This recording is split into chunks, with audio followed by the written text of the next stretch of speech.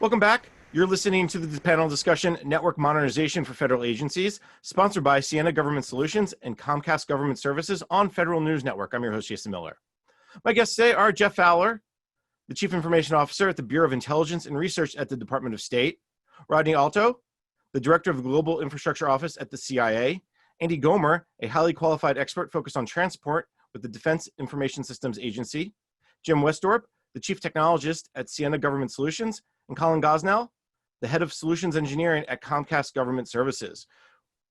We were talking about the future, the current state, the future state of networks at the end of the last segment. Colin, let me bring you back in because one of the things that we've been also talking a lot about recently, you can't escape it, is the impact of the pandemic, the coronavirus pandemic on agencies and businesses' networks.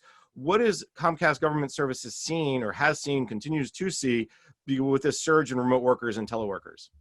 Yes, Jason, thank you very much. So Comcast as a whole, being one of the largest IP providers in the country, has had to deal with the surge within the coronavirus pandemic here over the last 6 months.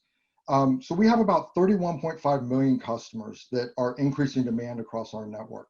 What we're seeing is about a 32% increase in network traffic in the last 6 months and 36% in mobile data. So that's a huge increase in the total demand across the network and goes to how a network has to scale dynamically and quickly to meet this sudden onrush of traffic demand that we didn't see coming.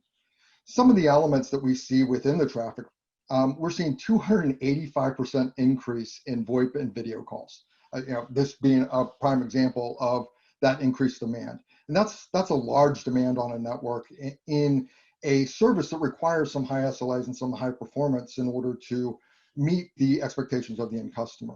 We've also seen about a 40% increase in VPNs. So that leads on to the enterprises and the government agencies. They're starting to leverage our networks from a residential standpoint and from a business standpoint to reach their clients, their employees, wherever they are within the operating network. Now, Comcast sees this, and we're actually deploying some new products that help with businesses to enable their customers to work remote and to work in an environment that's not the traditional brick and mortar being at a corporate office type environment. So we're launching some products such as Comcast Business Internet at Home, which is a dedicated internet connection that is separate from residential. It still operates over the same infrastructure, right? We talked about how dense an infrastructure Comcast is able to employ. But it enables the employee, the business, to provide for the employee a dedicated bandwidth and VPN services and security services as well that extends that enterprise environment into the home. This is completely new. Right, we've never had a reason to extend in a large capacity and a broad spectrum that enterprise environment and provide the security and the corporate responsibility in a residence. So there's been a lot of focus in how we can enable businesses to react appropriately to this type of situation. That's some incredible numbers you put out there. The 285% increase in VoIP and video calls, not surprising in the least bit. Let me bring in Andy Gomer from DISA, because you guys are running a lot of DoD's networks. You guys are dealing with that increased need as well. What are some of the things you've seen during the pandemic? So thanks, Jason.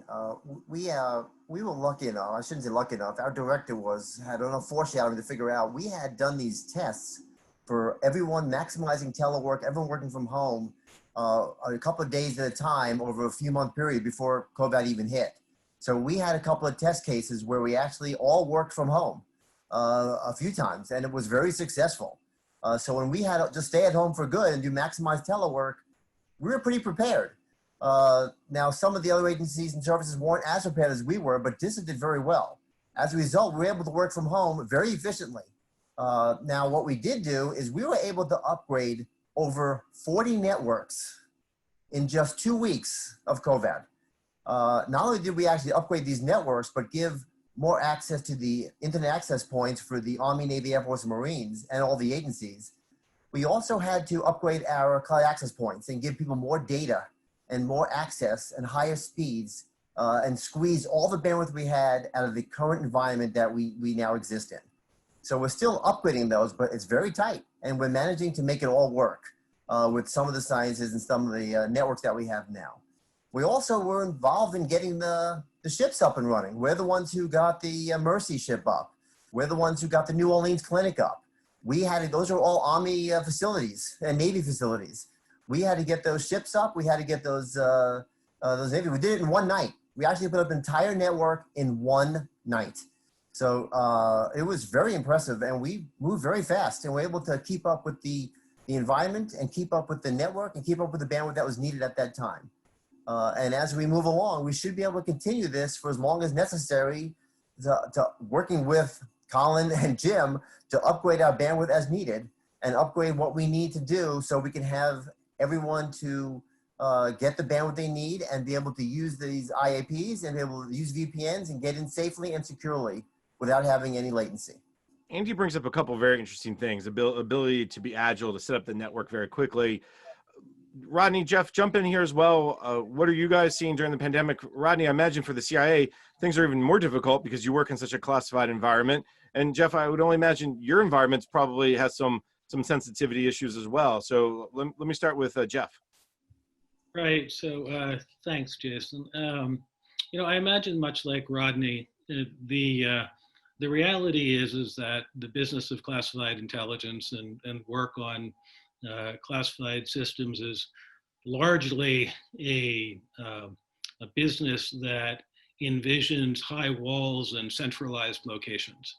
Now, there are distributed capabilities, certainly, but for the most part, the bulk of the work is done behind those high walls.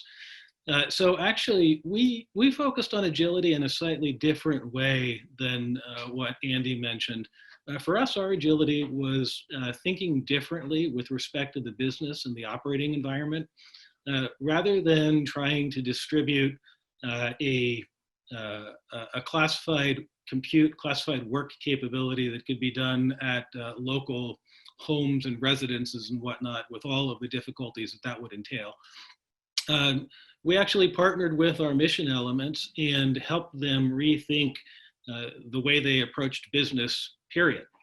Right? So it became less a function of how do you access your classified intelligence, and it became more how do you access alternative sources of information that allow you to as effectively or almost as effectively address the intelligence or information consuming needs of your customers. So, I mean, I think in that sense, it's important to understand that the provision of services, information services, the provisioning of networks and whatnot, is really a means to an end, right? We're here to enable business. But when the business environment changes, we need to be agile enough to change with that business model, right? To help the business model change to the new environment. So that was really a focus for us over the past handful of months. I think the agility piece is key. We hear that time and again. Those agencies, and again, that survived or doing well during the pandemic had that agility built in. Rodney, jump in a little bit. Let's talk about the CIA. You guys had a bigger challenge than maybe just and state in many ways. Jason, thank you. And much like Jeff over at State, I would say it this way: the CIA, the coronavirus presented CIA with unique opportunities to leverage new capabilities and think differently about our business model. As one of our leaders said, we have the opportunity to get back to better. An example of getting back to better was rethinking our software development models, and not just developing software in a top secret or secret environment, but now developing software in an unclassified environment securely, allowing us to maintain delivery schedules for those products when our officers couldn't be in the building or were dispersed. And I think that's a good example of how we've had to evolve in response to the coronavirus. Hey, Jason, this is Jeff. Actually, if I could just underscore what Rodney said there, I think that's absolutely critical. It's something that we did at the department as well. In fact, during this past 6 months, we've been focusing very heavily on an upgrade to our information provision, particularly our classified information provision services, making them more web-enabled, making them more mobile and whatnot. And we've really been able to do that with relatively modest slippage in schedule, because we've been able to do exactly what Rodney was suggesting. doing some of the development work securely but remotely in unclassified settings, and then porting that data in, ensuring that it's the code in, ensuring that it's appropriately secure and what have you. I think I think what COVID has done really, particularly for the intelligence community, is forced us to think about how we do our business in some fairly substantially different ways. Yeah, and from an equipment perspective, I think the changes that have been driven into the network in terms of the need for agility, the need to have capacity that can be distributed around to different locations as the demand moves. I don't think we envisioned before COVID that there was going to be a wholesale move of bandwidth from enterprise type locations to residences, but yet, it happened. So there's a number of design precepts or concepts, if you will, that need to be built into networks, and that we've been working to enable as Sienna. Of course, we talked about capacity, but the discussion about agility, there's a lot to be said for having a network that's able to adjust. We call it the adaptive network, but it's really building in the controls so that when there is a substantial change in your network, usually it's because it was some kind of a failure or a geopolitical event that caused the networks to go down, as opposed to a virus. But again, you really just need to have the adaptability and the capacity built into the network so that when something unexpected happens, you can adjust and adapt to it. And really, those are the kinds of capabilities that we've been investing in as Sienna, and that our carrier partners can take advantage of to provide those kind of services to the end user. Both Rodney and Jeff bring up very interesting pieces, and I think Jim, you really built on it well when you talk about how that capacity built in to adapt. And this kind of leads us down that path of the future capabilities and ensuring that the network can support those future capabilities. Again, AI, data analytics, better citizen services, et cetera, whatever they are. Give me a sense, and maybe Colin, you can start with this, is as you've seen agencies modernize their networks, what are they asking for? Are they saying, give us more what, or all of the above? They want anything you can give them in terms of tools that can ride on top of the network and ride well. Well, I think we hit this early on in this session, right? It's flexibility. What agencies are asking for is flexibility, and it's a shift of where data lives. Data doesn't live in a data center anymore. I mean, certainly in a physical architecture, it is a data center, but from the end user and the application standpoint, the data is something that I reach out and grab. So I suddenly become separated from my data warehousing, my data organization, and where my users are accessing from, or where they need to access that data in a given environment. And agencies now are looking at us and saying, we understand how our day-to-day operations, our ConOps are established, and we've designed our network according to that. But now, given COVID and given a planning scenario for a similar type event, how do we enable our employees, how do we enable our enterprise architecture to be able to adapt and change how it accesses the data? So when we see network requirements coming in, a lot of it is, give me bandwidth, certainly give me the capability and the capacity that I need in order to leverage the data that I need to use, but also, what are some new ways that I can put into the network that enables me to access that data in different methods in a secure process that still follows my ConOps? I think Colin brings up an interesting point, is that agility, the flexibility. And we're just going to jump to a quick break. Before we do that, let me ask Jeff, as the State Department has kind of pushed through this pandemic, that agility, I mean, have you guys become more agile in many ways? Have you felt that? Oh, absolutely. I mean, I think what I was trying to get at a little bit earlier was there's been agility with respect to the actual conduct of business. Right, so INR is an all-source intelligence component, much like CIA's Directorate of Analysis, right? So they're dealing with top secret information, and we're trying to enable that. Well, the reality is that except with very few exceptions, you can't do top secret intelligence analysis in your home.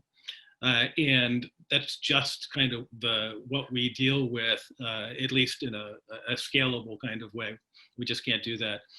But so what we have had to do is then change the business model, right? You can inform decision making differently, right? And so we would rethink that model. We would rethink how we would go about supporting that. So I'd say there's a great deal of agility. It's INR is small but mighty.